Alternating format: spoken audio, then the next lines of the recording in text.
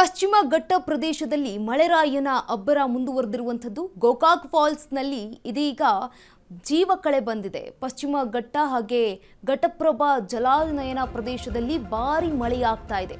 ಪಶ್ಚಿಮ ಘಟ್ಟ ಪ್ರದೇಶದಲ್ಲಿ ಮಳೆರಾಯನ ಅಬ್ಬರ, ಗೋಕಾಕ್ ಫಾಲ್ಸ್ಗೆ ಇದೀಗ ಜೀವಕಳೆ ಬಂದಿದೆ.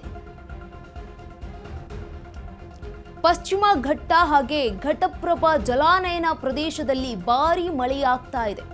ನಿರಂತರ ಮಳೆಯಿಂದ ಘಟಪ್ರಭಾ ನದಿಗೆ ಹೆಚ್ಚಿದ ಒಳ ಹರಿವು, ಮೈದುಂಬಿಕೊಂಡ ಗೋಕಾಕ್ ಜಲಪಾತ. ಗೋಕಾಕ್ ಫಾಲ್ಸ್ ಕಣ್ತುಂಬಿಕೊಳ್ಳಲು ಪ್ರವಾಸಿಗರ ದಂಡು ಇದೀಗ. ಕುಟುಂಬ ಸಮೇತವಾಗಿ ಆಗಮಿಸ್ತಾ ಇರುವಂತಹ ಪ್ರವಾಸಿಗರು. ಪಶ್ಚಿಮ ಘಟ್ಟ ಪ್ರದೇಶದಲ್ಲಿ ಮಳೆರಾಯನ ಅಬ್ಬರ ಮುಂದುವರಿತಾ ಇರುವಂಥದ್ದು. ಇದೀಗ ಗೋಕಾಕ್ ಫಾಲ್ಸ್ಗೆ ಜೀವಕಳೆ ಬಂದಿದೆ. ಪಶ್ಚಿಮ ಘಟ್ಟ ಹಾಗೆ ಘಟಪ್ರಭಾದಲ್ಲಿ ಹೆಚ್ಚಾಗಿ ಮಳೆ ಬರ್ತಾ ಇರುವಂಥದ್ದು.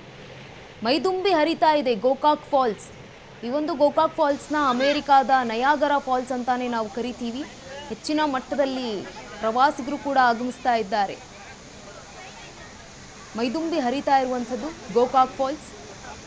ಪಶ್ಚಿಮ ಘಟ್ಟದಲ್ಲಿ ಹೆಚ್ಚಿನ ಪ್ರಮಾಣದಲ್ಲಿ ಮಳೆಯಾಗ್ತಾ ಇದೆ. ಈ ಹಿನ್ನೆಲೆಯಲ್ಲಿ ಗೋಕಾಕ್ ಫಾಲ್ಸ್ ತುಂಬಿ ಹರಿತಾ ಇದೆ. ಈ ಒಂದು ಫಾಲ್ಸ್ ಅನ್ನ ನೋಡೋದಕ್ಕೆ ಪ್ರವಾಸಿಗರ ದಂಡೆ ಈಗ ಹರಿದು ಬರ್ತಾ ಇರುವಂಥದ್ದು ಗೋಕಾಕ್ನತ್ತ.